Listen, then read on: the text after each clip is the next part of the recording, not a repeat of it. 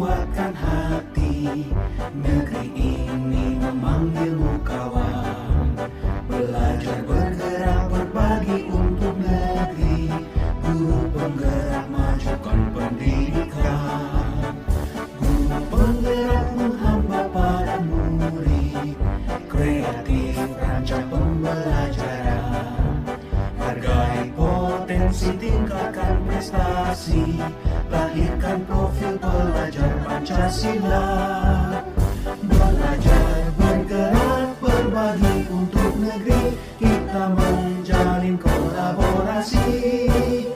Belajar bergerak berbagi untuk negeri. Demi bakti pada Ibu Pertiwi.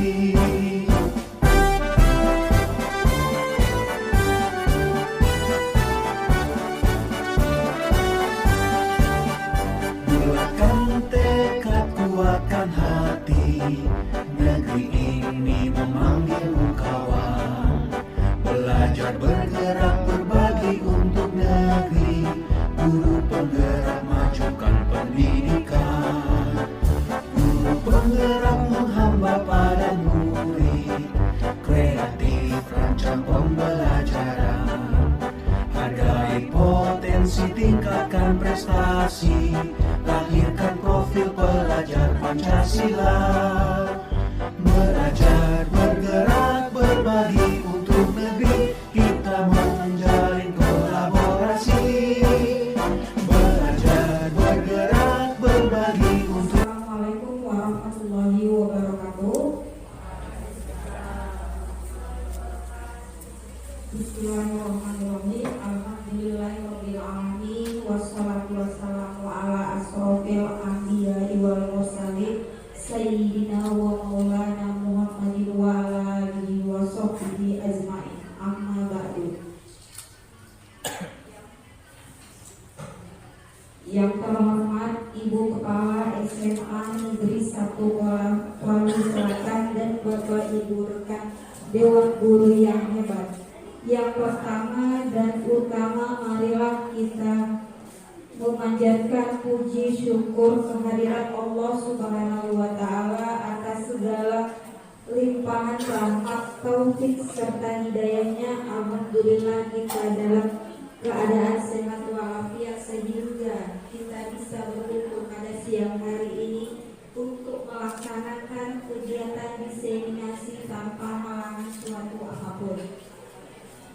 Kemudian sholawat berangkaikan salam semoga senantiasa tercurah kepada junjungan kita Nabi besar Muhammad Sallallahu Alaihi Wasallam dan kita mendapatkan syafaatnya di hari kemudian. Amin ya rabbal alamin. Perkenalkan, di sini saya Risa Sari Rezeki sebagai moderator ingin membacakan susunan acara pada kegiatan siang hari ini. Yang pertama adalah pembukaan, yang kedua acara inti, dan yang ketiga penutup. Yang seakidah dengan saya, marilah acara pada siang hari ini kita buka dengan membaca bacaan basmalah secara bersama-sama. Bismillahirrahmanirrahim. Dilanjutkan acara yang kedua, yaitu acara inti, pemaparan diseminasi penerapan budaya positif di sekolah sesuai dengan modul 1.4 pendidikan guru penggerak yang akan disampaikan oleh Ibu Dwi Purwanti MPD. Kepada Ibu Dwi Purwanti kami persilakan.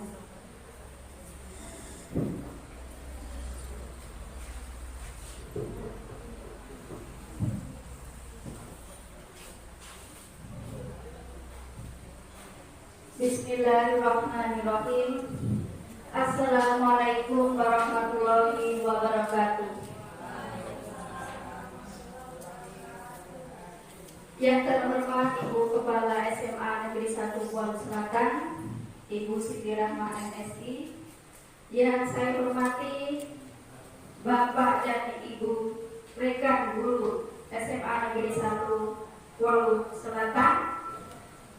Yang pertama dan yang paling utama, marilah kita senantiasa senantiasa memanjatkan puji syukur kehadirat Allah Tuhan yang Maha Kuasa, karena alhamdulillah pada siang hari ini kita bisa hadir berkumpul di ruangan ini guna melaksanakan kegiatan diseminasi dari modul yang sudah saya pelajari, yaitu modul 1.4 mengenai budaya positif. Baik Bapak Ibu, langsung saja kegiatan pada siang hari ini. Terima kasih banyak saya ucapkan kepada Bapak Ibu guru yang sudi kiranya meringankan langkah untuk datang ke ruangan ini. Terima kasih banyak. Baiklah, pertama-tama saya akan menyampaikan materi pada siang hari ini. Ini merupakan aksi saya yang ada pada modul 1.4 mengenai budaya positif. Di sini saya sudah menyelesaikan satu modul, di mana dalam satu modul itu ada 4 submodul. Modul yang pertama adalah modul 1.1, itu mengenai filosofi pendidikan Ki Hajar Dewantara. Kemudian modul 1.2 yaitu mengenai nilai dan peran guru penggerak. Kemudian modul 1.3 yang saya pelajari adalah mengenai visi guru penggerak, dan modul 1.4 yaitu mengenai budaya positif yang akan kita bahas pada siang hari ini. Baiklah Bapak Ibu sekalian, pada modul 1.4 ini saya diberikan tugas untuk melakukan pengindasan dari apa yang sudah saya pelajari pada modul 1.4. Kemudian mengenai penerapan budaya positif di sekolah.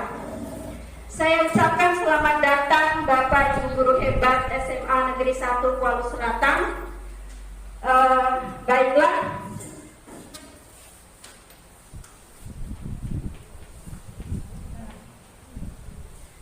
mari kita belajar bersama, saling berkolaborasi, saling mendukung demi mewujudkan disiplin positif di sekolah yang kita cintai ini.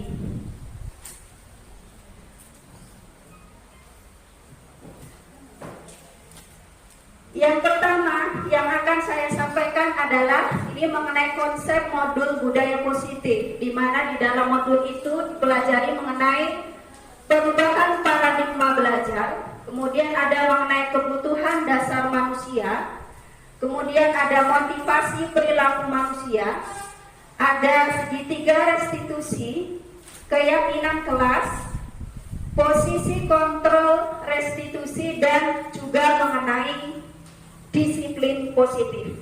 Dari materi-materi tersebut akan kita kupas tuntas satu persatu pada siang hari ini.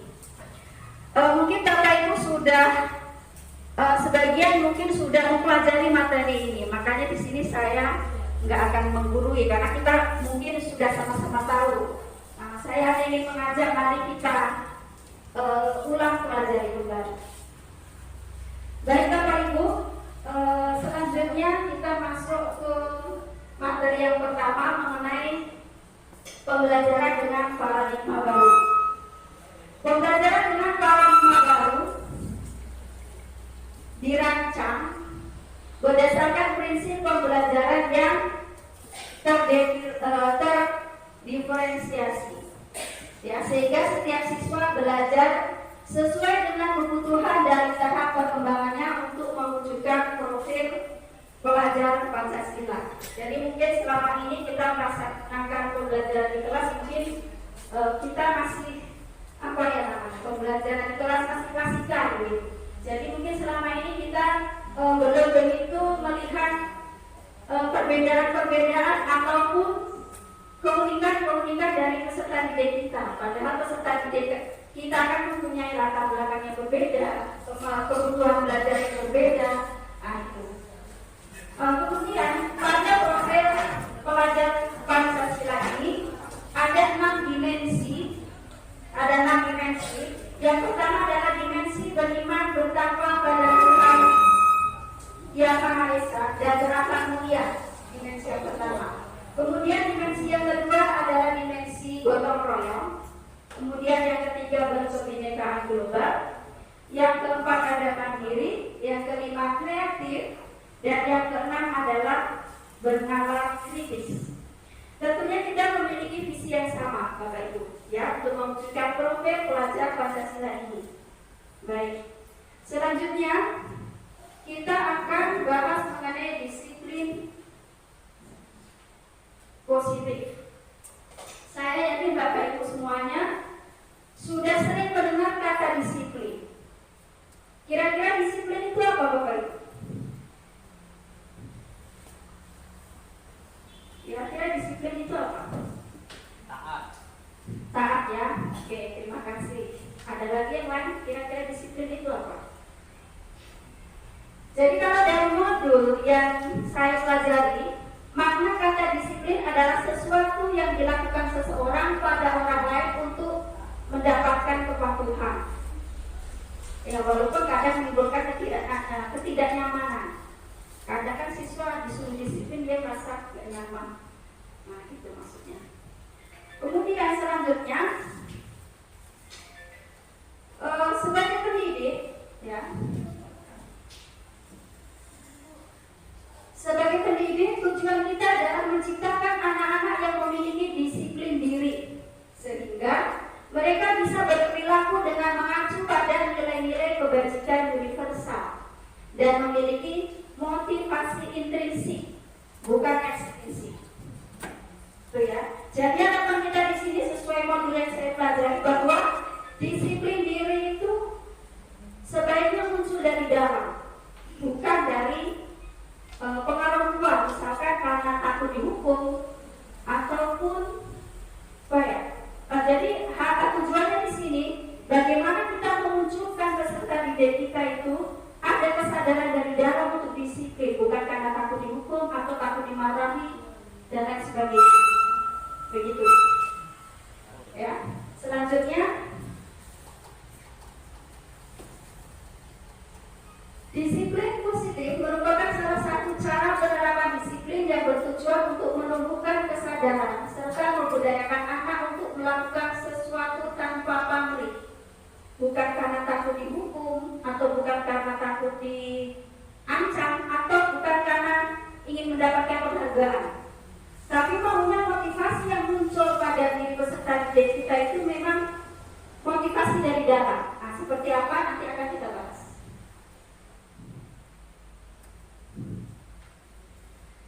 Selanjutnya ini mengenai kebutuhan dasar manusia.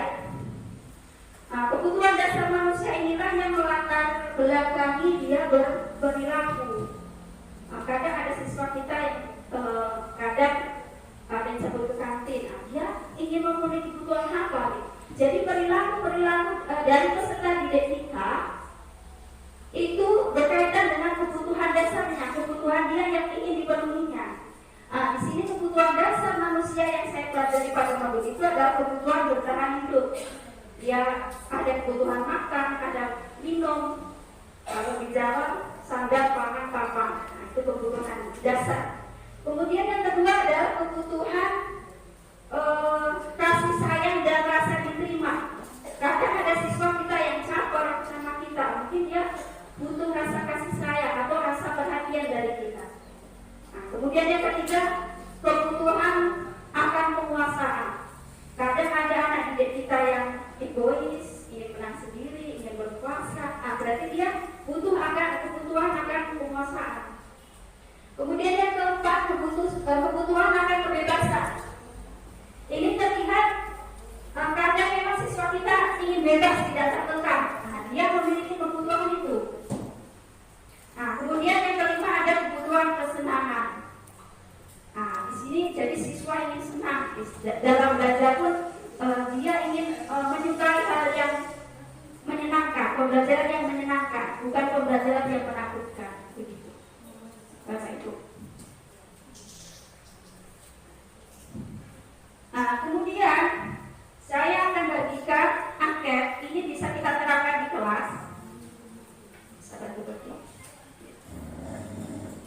Angket yang saya bagikan ini bisa Ibu praktekkan, bisa Bapak Ibu praktekkan di kelas, ya. Nomor 1 sampai 10 itu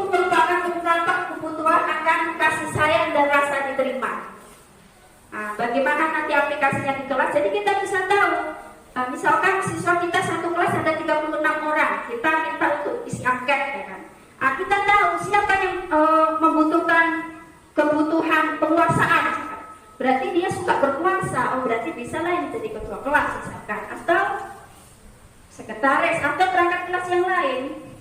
Nah, jadi kita bisa identifikasi, bisa kita hitung dia masuk kemana. Jadi untuk poin 11 sampai 20 pada angka yang sudah saya bagikan itu merupakan ungkapan kebutuhan kekuasaan. Jadi siapa siswa kita yang ingin berkuasa, butuh penguasaan, itu nampak di situ Bapak Ibu. Kemudian yang poin 21 sampai 30 itu merupakan ungkapan kebutuhan kebebasan. Kemudian yang nomor 31 sampai 40 itu merupakan ungkapan kebutuhan akan kesenangan. Baik Bapak Ibu, nanti kita akan aplikasikan masing-masing di kelas. Selanjutnya, materi selanjutnya adalah motivasi perilaku manusia. Jadi kadang peserta didik kita itu berperilaku karena ada motivasinya. Jadi pada modul yang saya pelajari ini ada 3 motivasi siswa berperilaku. Jadi motivasi yang pertama adalah menghindari ketidaknyamanan dan hukuman. Jadi dia disiplin karena tak terhukuman. Nah itu, jadi murid melakukan disiplin diri karena dia takut dihukum. Nah berarti itu merupakan motivasi ekstrinsik atau motivasi dari luar. Motivasi yang kedua, siswa kita bersikap disiplin karena ingin mendapatkan imbalan atau ingin mendapatkan penghargaan. Dia tepat waktu masuk kelas karena ingin mendapatkan jeda misalkan, atau dia konten datang ke kelas supaya dapat reward dari gurunya. Nah itu merupakan motivasi dari luar juga, motivasi intrinsik. Yang mau kita bangun di sini adalah motivasi dari dalam dirinya. Nah, motivasi yang mana? Motivasi yang ketiga, nilai yang akan kita tuju, Bapak Ibu. Menghargai nilai-nilai kebajikan diri sendiri. Jadi murid melakukan disiplin diri karena sadar akan nilai kebajikan dirinya. Nah, ini merupakan motivasi intrinsik dari dalam. Nah, jadi dia disiplin karena memang dia sadar. Saya harus konten masuk kelas. Karena dia memang sadar disiplin itu memang bermanfaat bagi dia untuk masa depan dia. Bukan karena takut dihukum, bukan karena takut dimarahi. Seperti itu. Jadi kira-kira menurut Bapak Ibu mana yang lebih bagus? Motivasi ekstrinsik atau motivasi intrinsik? Intrinsik. Terima kasih Bapak Ibu. Jadi yang mau kita tuju di sini adalah motivasi intrinsik yang dia sadar dari dalam, bukan karena kita marah, bukan karena kita hukum. Nah, seperti itu. Itu mengenai motivasi perilaku manusia. Kemudian Bapak Ibu ada 2 macam konsep disiplin. Dalam modul 1.4 ada 2 macam konsep disiplin. Yang pertama konsep disiplin dengan identitas gagal, dan nanti yang kedua adalah konsep disiplin dengan identitas sukses. Nah, bagaimana itu yang dikatakan gagal Bapak Ibu? Yang dikatakan gagal adalah hukuman dan penghargaan. Kenapa? Karena hukuman itu menyakitkan, terutama bagi yang dihukum. Kadang ada sebagian siswa kita mungkin kalau dia sadar akan kesalahannya mungkin dia nggak sakit hati. Tetapi ada juga sebagian murid kita yang sakit hati kita hukum. Nah, jadi dia bersifat menyakitkan hukuman itu. Bersifat menyakitkan, membuat murid tidak nyaman, membuat murid tidak takut, membuat murid takut, ya buat murid takut, dan bersifat memaksa. Kadang kita paksa dia lari lapangan 5 kali, seperti itu. Jadi dia bersifat memaksa. Dan kadang murid menyembunyikan kesalahan karena dia takut dihukum. Masuk kelas terlambat ya, dari mana? Misalnya dari surat syukur. Padahal dia dari kantin. Kenapa dia berbohong atau dia berusaha menyembunyikan kesalahannya? Karena takut dihukum tadi, takut akan hukuman. Nah, jadi kadang membuat murid menyembunyikan kesalahan dan kadang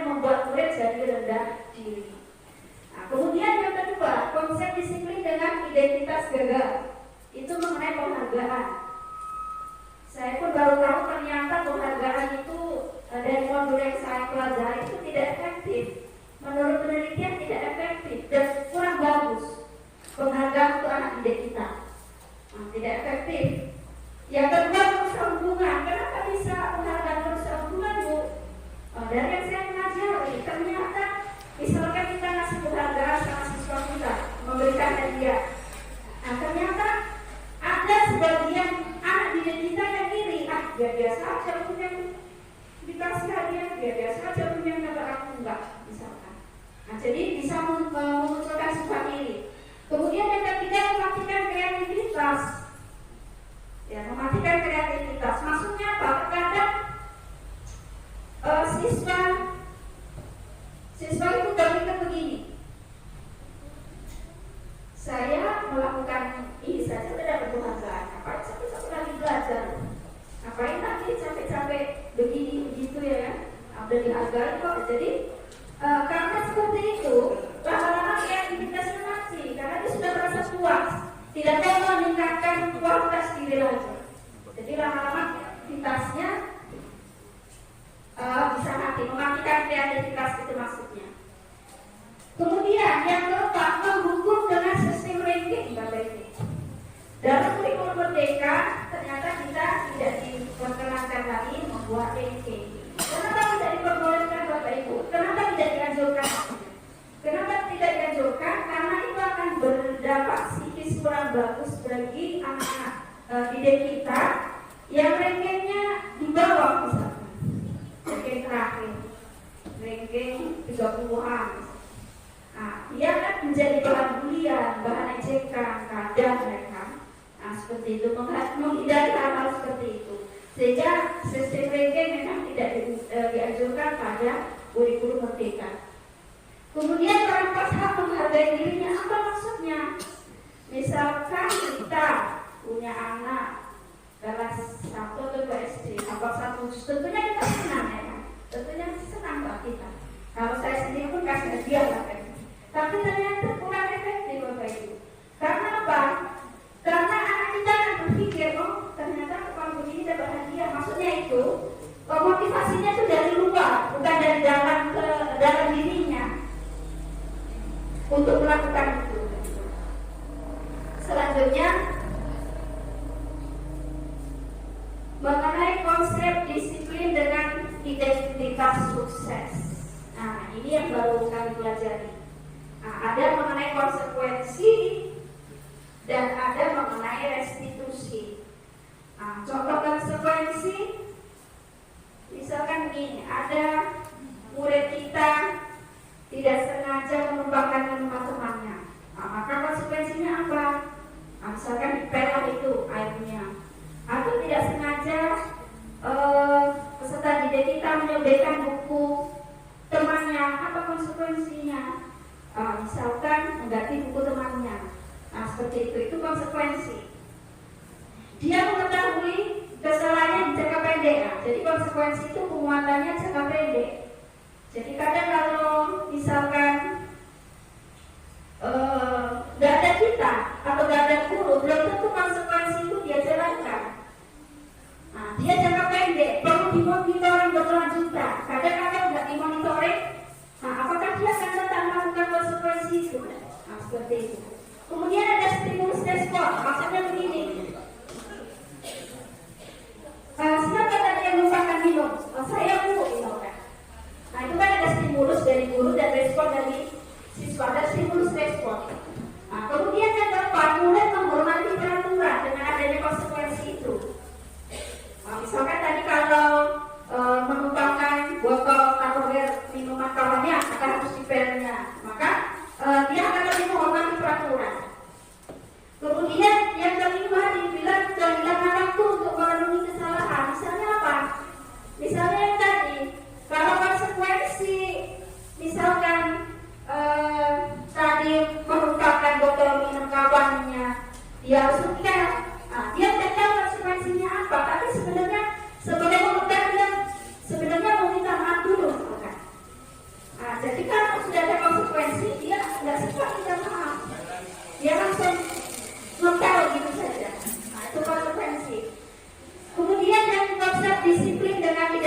yang sukses di sini yang baru saya pelajari adalah mengenai restitusi.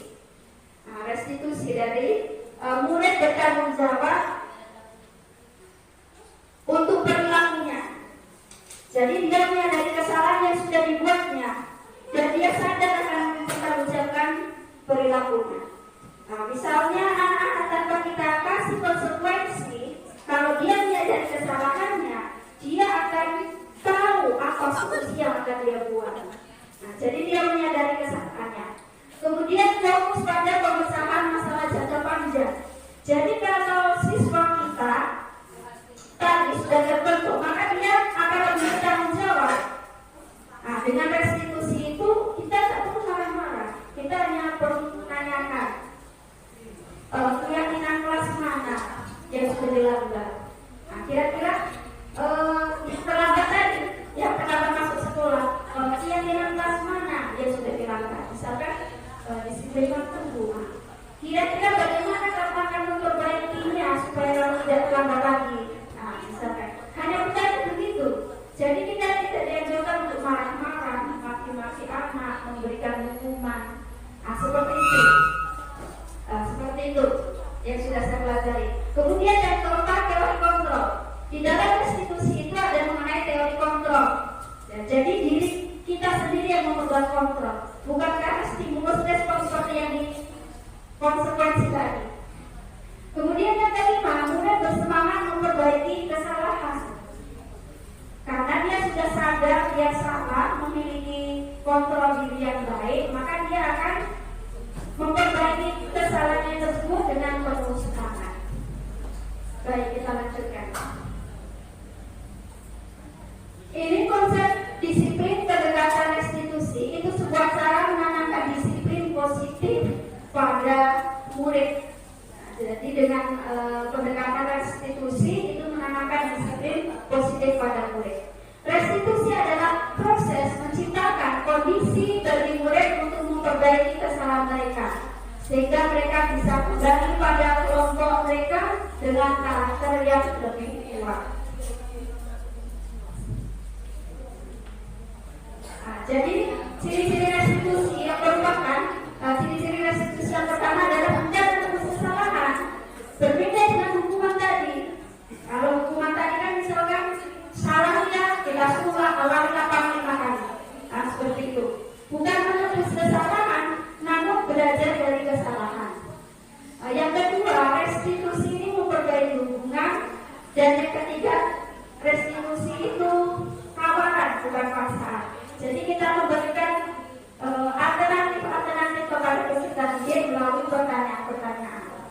Kemudian yang keempat, menuntut untuk melihat ke dalam diri. Yang kelima, mencari kebutuhan dasar yang mendasari tindakan. Kemudian fokus pada karakter, bukan hanya tindakan, dan menguatkan dan fokus pada solusi.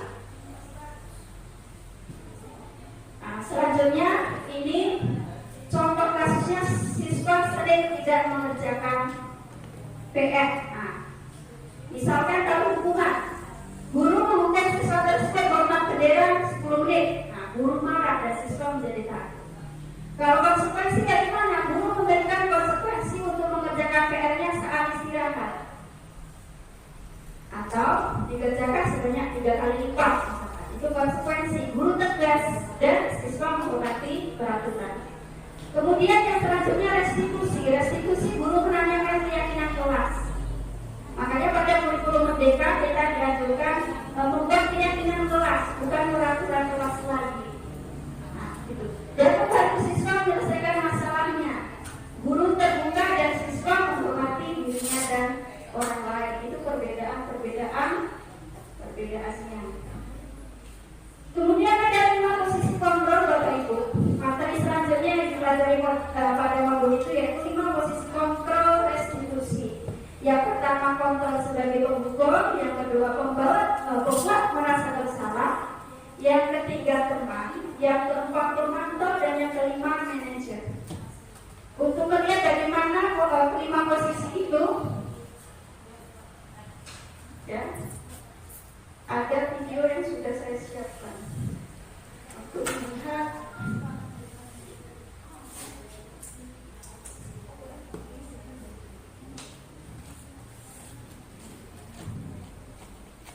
5 posisi kontrol. Salam bahagia Ibu dan Bapak guru hebat. Dalam penerapan disiplin positif restitusi, salah satu program yang dikembangkan adalah 5 posisi kontrol.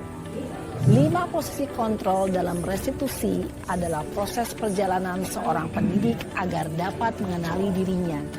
Pada video kali ini, kita akan membahas tentang 5 posisi kontrol yang dikembangkan oleh Diane Goosen dan contoh penerapannya.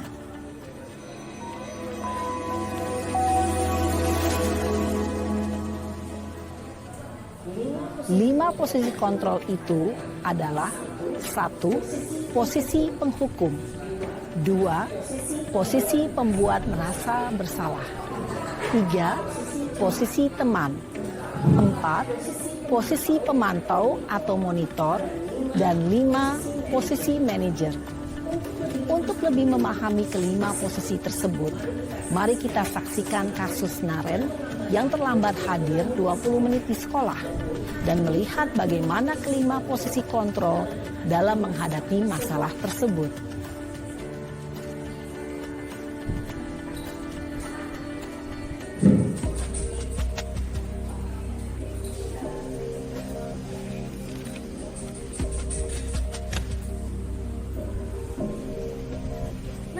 Naren! Sini kamu! Selamat pagi, Bu. Selalu terlambat. Kamu deh, pasti terlambat. Maaf, Bu. Saya... Apa? Apa coba? Alasan kamu apa lagi? Kapan sih kamu tidak terlambat? Malas sekali ya kamu jadi anak. Saya... Dasar pemalas. Gak kapok-kapok sih kamu. Sudah berapa kali terlambat? Sana, kamu keliling lapangan basket 2 kali. Kenapa saya harus keliling lapangan basket, Bu? Kenapa? Kamu mau lawan ibu? Berani-beraninya jawab. Sudah terlambat, masih berani jawab pula. Sekarang, keliling lapangan basket 5 kali sekalian. Biar kapok. Cepat, pergi sana ke lapangan basket. Posisi penghukum biasanya berbicara dengan nada tinggi, menghardik, menunjuk-nunjuk, menyakiti, dan menyindir. Hukuman bisa berupa fisik maupun psikis. Ibu dan Bapak guru hebat, dampak yang terjadi pada murid ketika guru berada pada posisi penghukum adalah murid cenderung akan memberontak, bahkan menyimpan dendam.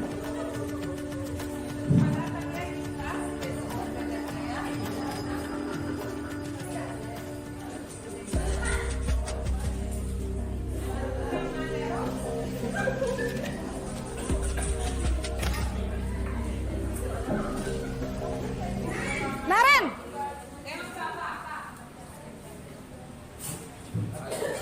Selamat pagi, Bu. Naren. Kamu kenapa terlambat lagi, nak? Ya Tuhan, Naren. Kamu senang ya bikin ibu susah ya? Kalau kamu terlambat lagi, nanti ibu yang ditegur bapak kepala sekolah, nak. Disangka ibu tidak bisa membina kamu. Duh, gimana ini? Maaf, Bu. Duh, Gusti Naren. Kamu suka ya kalau ibu ditegur bapak kepala sekolah? Terus, sekarang ibu harus tulis apa ini di buku absen? Ini kamu sudah sering terlambat loh. Ibu harus apa coba? Maaf, Bu. Maaf sekali. Ya sudah, lain kali jangan bikin ibu susah lagi ya, nak ya. Ibu tidak akan kuat lagi kalau kamu begini terus. Bisa jantungan kalau ibu ditegur bapak kepala sekolah. Sana cepat ke kelas. Maaf ya, Bu. Maaf sekali. Posisi pembuat rasa bersalah berbicara dengan nada tenang, cenderung lembut. Namun kata-kata yang diutarakan membuat murid merasa menjadi orang yang gagal. Memandang buruk dirinya sendiri, merasa tidak berharga, dan tidak sanggup membahagiakan orang lain. Ketika guru mengambil posisi pembuat rasa bersalah, murid akan menganggap dirinya yang bersalah dan ia akan menyimpan emosi negatif tersebut di dalam dirinya.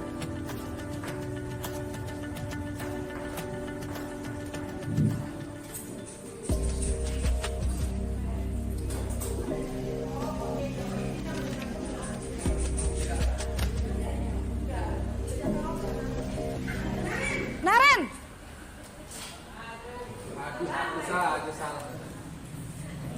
Selamat pagi, Bu. Wah, sudah jam berapa ini, Nak? Terlambat lagi ya, sayang. Iya, Bu. Habis ibu saya lupa bangunkan saya, Bu. Kamu malah menyalahkan ibu kamu.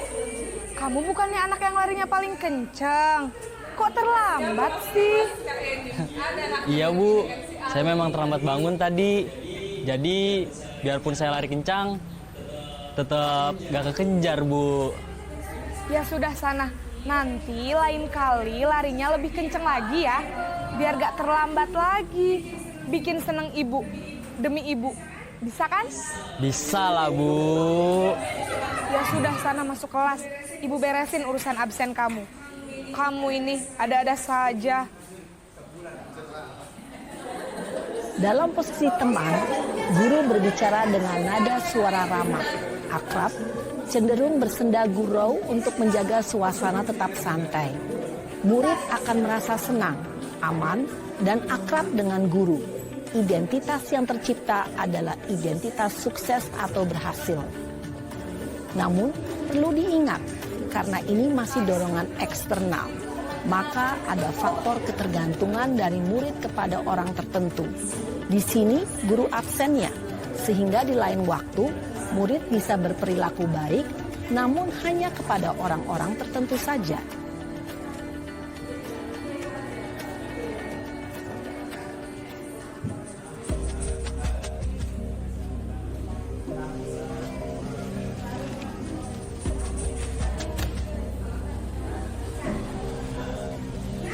Naren!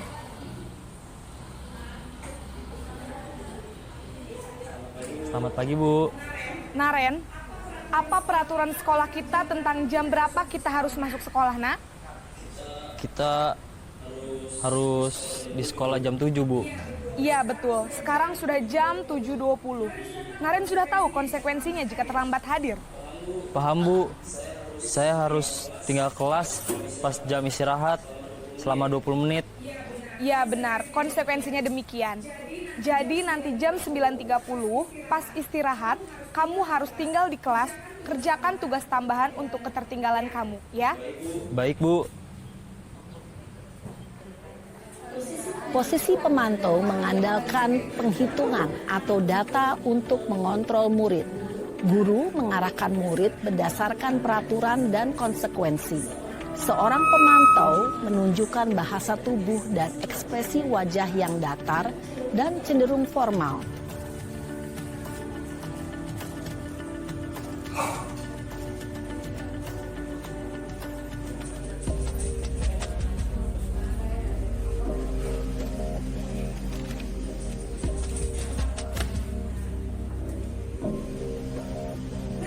Naren!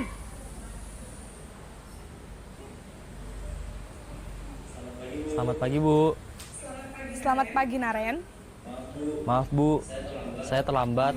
Iya, sekolah masuknya jam 7, sekarang sudah jam 7.20. Jadi sekarang bagaimana ini, Naren? Maaf, Bu. Saya lupa setel alarm saya semalam. Baiklah, menurut kamu, keyakinan sekolah yang mana yang perlu kamu tingkatkan? Menghargai diri sendiri dan orang lain mungkin ya, Bu. Setuju. Jadi, apakah Naren meyakini prinsip saling menghormati tersebut? Iya, Bu. Saya meyakininya. Apakah Naren bersedia memperbaiki masalah keterlambatan ini? Bersedia, Bu. Bagaimana kamu akan perbaiki masalah keterlambatan ini? Saya akan coba untuk tidak lupa menyetel alarm saya, Bu. Baik, kalau Naren lupa menyetel alarm di rumah, ada orang yang kira-kira bisa bantu mengingatkan tidak? Ada, Bu. Kakak saya, Kak Ema. Ada lagi selain Kak Ema? Selain Kak Ema, ada ibu saya. Baik, jadi yang mengingatkan Naren adalah Kak Emma dan ibu kamu ya. Kira-kira akan mulai setel alarm kapan nih Naren? Setelah pulang sekolah, akan segera saya lakukan. Baik, jadi Naren akan setel alarm untuk bangun besok pagi dan akan diingatkan oleh kakak dan ibunda Naren ya. Ada lagi yang mungkin perlu dilakukan Naren agar tidak terlambat bangun lagi? Tidak ada, Bu. Baik Naren, terima kasih untuk kerjasama kamu. Sekarang kamu perlu kembali ke kelas untuk belajar. Baik, Bu. Terima kasih. Posisi manajer adalah posisi kontrol yang disarankan untuk membimbing murid memiliki sikap disiplin yang positif, yaitu murid yang mandiri, bertanggung jawab, dan dapat memecahkan masalah. Tujuan dari posisi ini adalah agar murid dapat berefleksi atas tindakannya.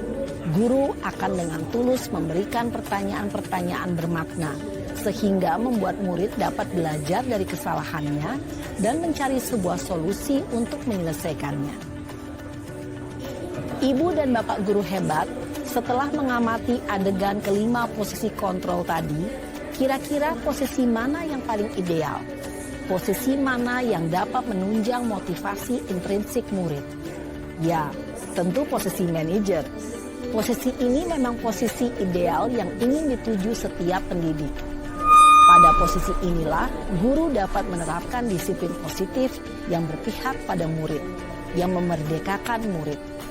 Perjalanan seorang pendidik tentunya tidak mudah untuk sampai pada posisi seorang manajer. Namun, tujuan kita pasti, yaitu menciptakan murid-murid yang mandiri, merdeka, dan bertanggung jawab. Semoga penggambaran 5 posisi kontrol yang telah diperlihatkan ini dapat menjadi ajang refleksi bagi kita semua, agar dapat terus mengasah dan menerapkan disiplin positif yang memerdekakan murid. Mari terus berlatih dan bersemangat. Selamat menerapkan. Salam dan bahagia Ibu dan Bapak Guru hebat.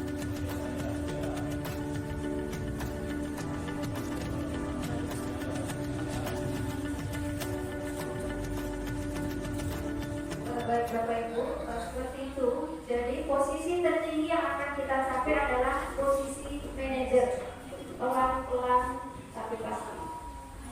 Selanjutnya, ini contoh-contoh saja ya. 5 posisi kontrol sudah kita pahami bersama. Kita lanjut saja. Nah ini contoh saja. Oke, selanjutnya mengenai keyakinan kelas, Bapak Ibu. Mengapa keyakinan kelas? Mengapa harus keyakinan kelas? Kenapa bukan peraturan kelas saja? Nah, misalkan begini, ada 2 pertanyaan sih. Mengapa kita memiliki peraturan tentang penggunaan helm pada saat mengendarai kendaraan roda 2 atau sepeda motor? Kira-kira tujuannya apa, Bapak? Ya, untuk melindungi diri. Bagus, terima kasih responnya betulan. Kemudian, mengapa kita memiliki peraturan tentang penggunaan masker dan mencuci tangan setiap saat? Apa kira-kira tujuannya? Sering mencuci tangan setiap saat, atau disuruh kita menggunakan masker saat berkumpul dengan orang banyak, menjaga kebersihan dan kesehatan. Terima kasih Bapak Ibu. Jadi kalau kita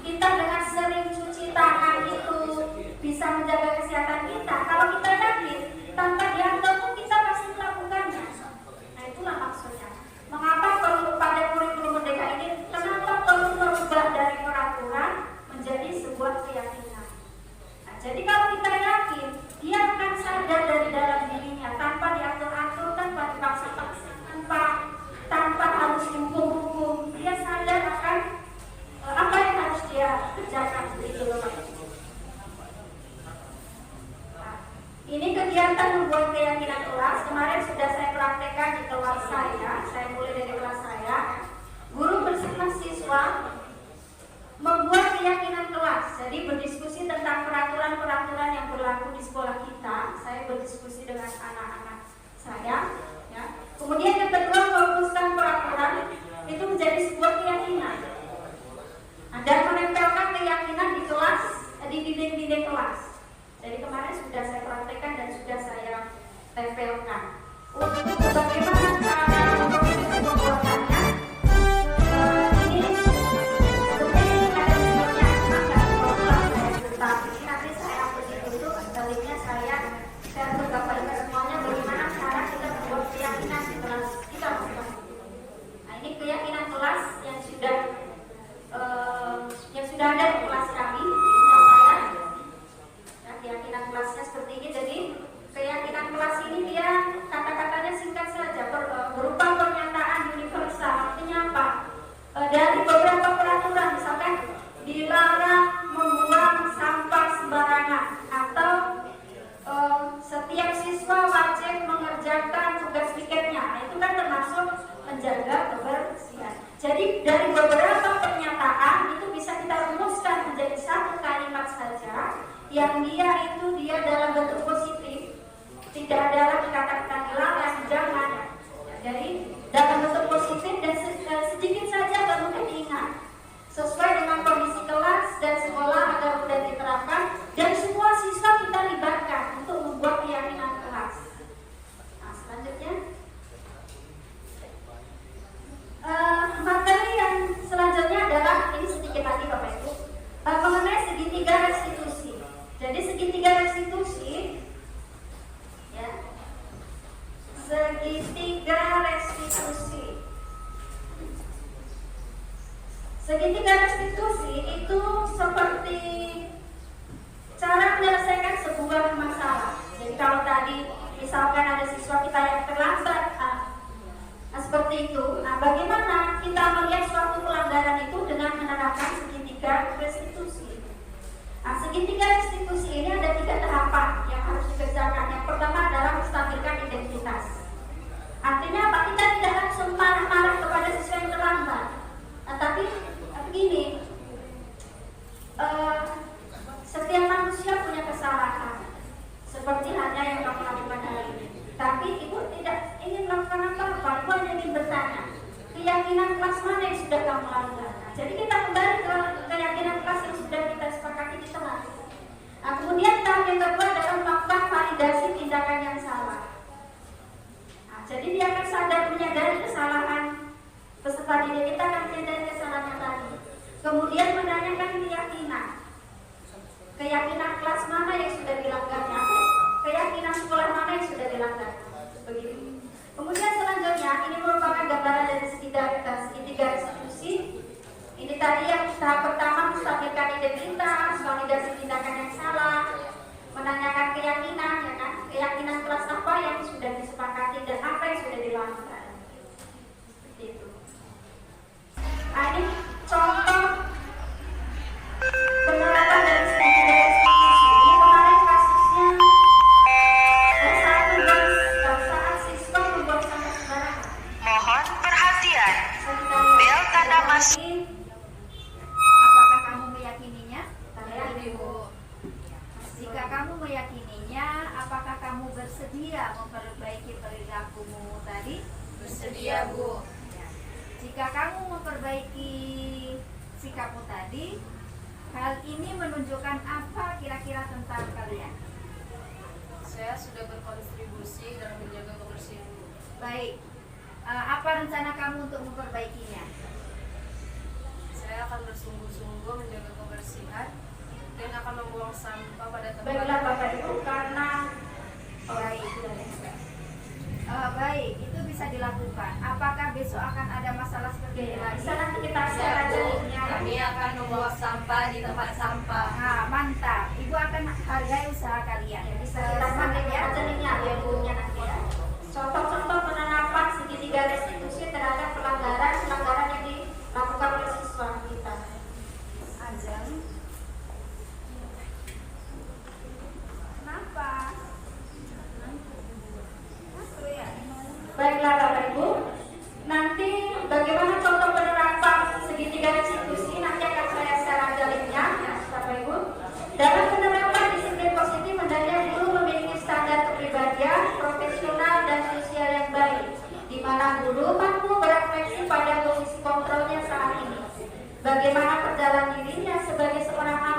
manajer tadi ya, yang menuntun murid-murid menjadi insan yang mandiri, merdeka, dan bertanggung jawab. Oke, seterusnya tadi. Oke Bapak Ibu, sudah selesai sesi kita pada siang hari ini. Semoga sesi belajar kita hari ini membawa manfaat sehingga dapat mewujudkan peserta didik yang memiliki karakter profil pelajar Pancasila, salam merdeka, bekerja. Terima kasih. Terima kasih, sekian dari saya kembalikan kepada moderator.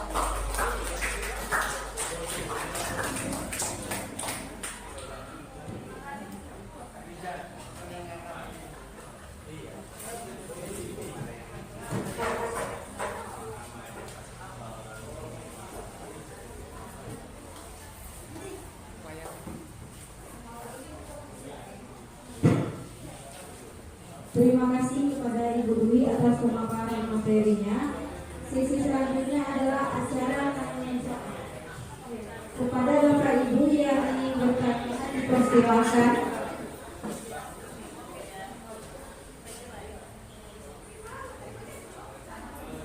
Boleh, silakan Bu Ica kalau ada yang lain biar cepat. Masuk ke depan sini ya, oke.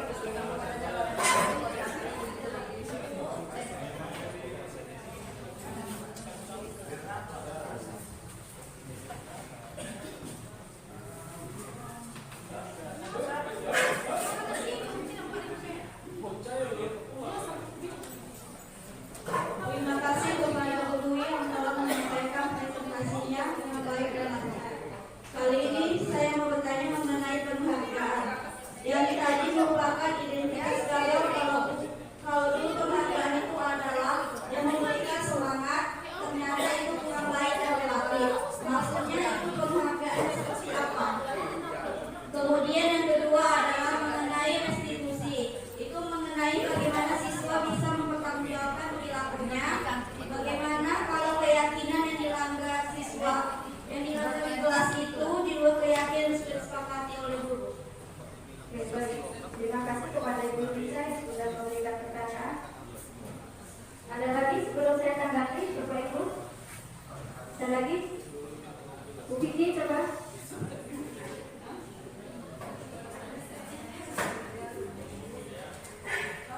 Assalamualaikum warahmatullahi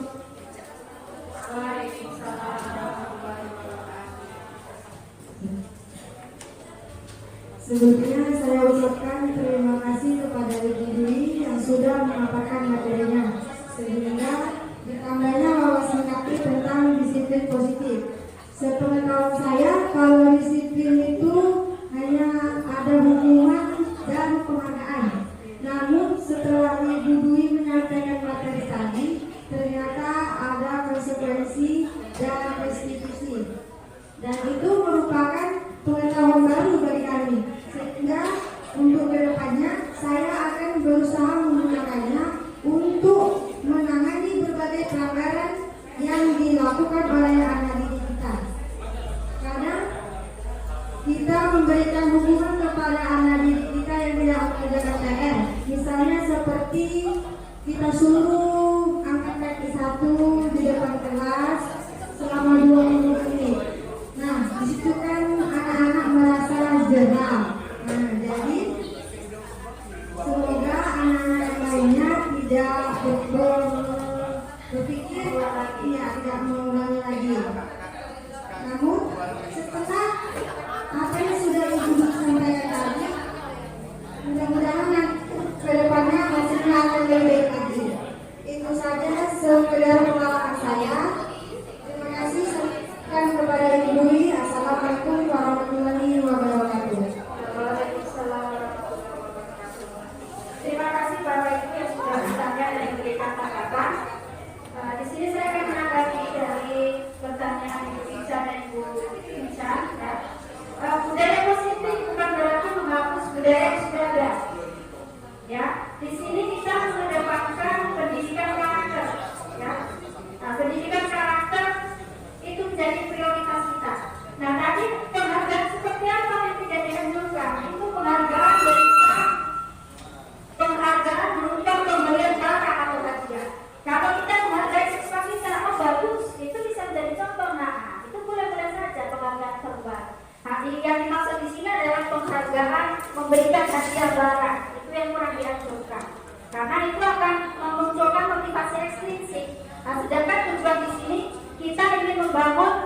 motivasi itu dari dalam diri siswa, begitu. Kemudian pertanyaan yang kedua tadi, bagaimana jika siswa itu yang dilanggar adalah keyakinan kelas di luar yang sudah disepakati di kelas.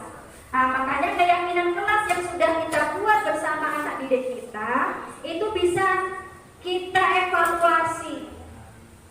Jadi bisa kita evaluasi, bisa kita tambah. Kalau ada yang sudah tidak sesuai bisa kita kurangi. Jadi kita sesuaikan dengan kondisi saat ini. Kira-kira mau ditambah atau dikurang.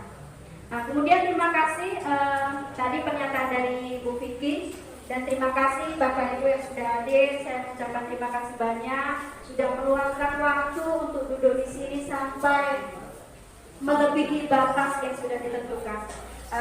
Demikian jawaban dari saya, Ibu-ibu, Bapak-bapak. Terima kasih. Saya kembalikan kepada moderator. Dengan berakhirnya tanya jawab pada sesi ini, maka marilah kita tutup pertemuan pada siang hari ini dengan membaca hamdalah bersama-sama. Alhamdulillahirobbilalamin. Semoga acara pada siang hari ini memberikan banyak manfaat kepada kita semua, dan semoga nanti kita bisa menerapkan apa yang sudah disampaikan Ibu Dwi kepada kita. Dan kita semua diberikan keselamatan sepulang dari sini, sehat selamat sampai di rumah kita masing-masing, dan besok bisa datang kembali ke sekolah yang kita cintai ini.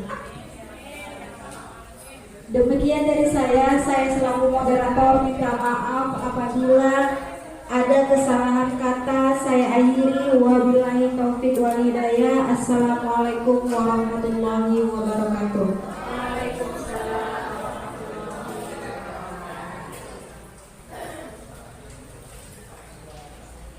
Terima kasih Bapak Ibu, boleh pulang. Terima kasih banyak.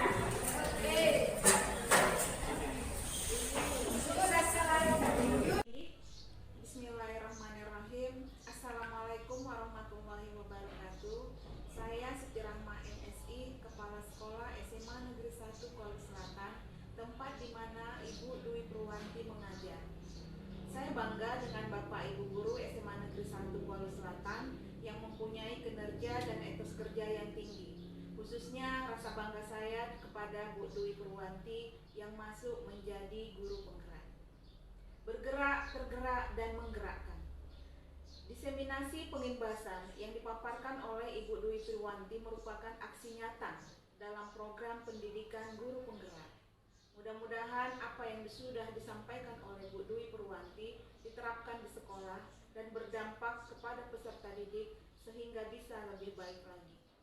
Pengimbasan yang sudah dilakukan oleh Ibu Dwi Purwanti semoga bisa menjadi contoh bagi Bapak Ibu guru yang lain. Semoga anak-anak menjadi lebih disiplin, meningkatkan motivasi dalam belajar sehingga capaian-capaian dalam pembelajaran dapat terpenuhi dan siswa bisa semakin berprestasi. Demikian yang dapat saya sampaikan. Selamat kepada Bu Dwi yang sudah melaksanakan diseminasi dengan baik, runtut, dan lancar. Terima kasih. Assalamualaikum warahmatullahi wabarakatuh. Assalamualaikum warahmatullahi wabarakatuh. Saya Risa Sari Rezeki, rekan dari Ibu Dwi Purwanti dari SMA Negeri 1 Kuala Selatan. Menurut saya, mengenai apa yang sudah dipaparkan oleh Ibu Dwi Purwanti mengenai budaya positif itu sangat bagus untuk diterapkan di sekolah, terutama mengenai disiplin positif untuk siswa. Karena masih banyak siswa di sekolah ini yang disiplinnya itu karena faktor ekstrinsik.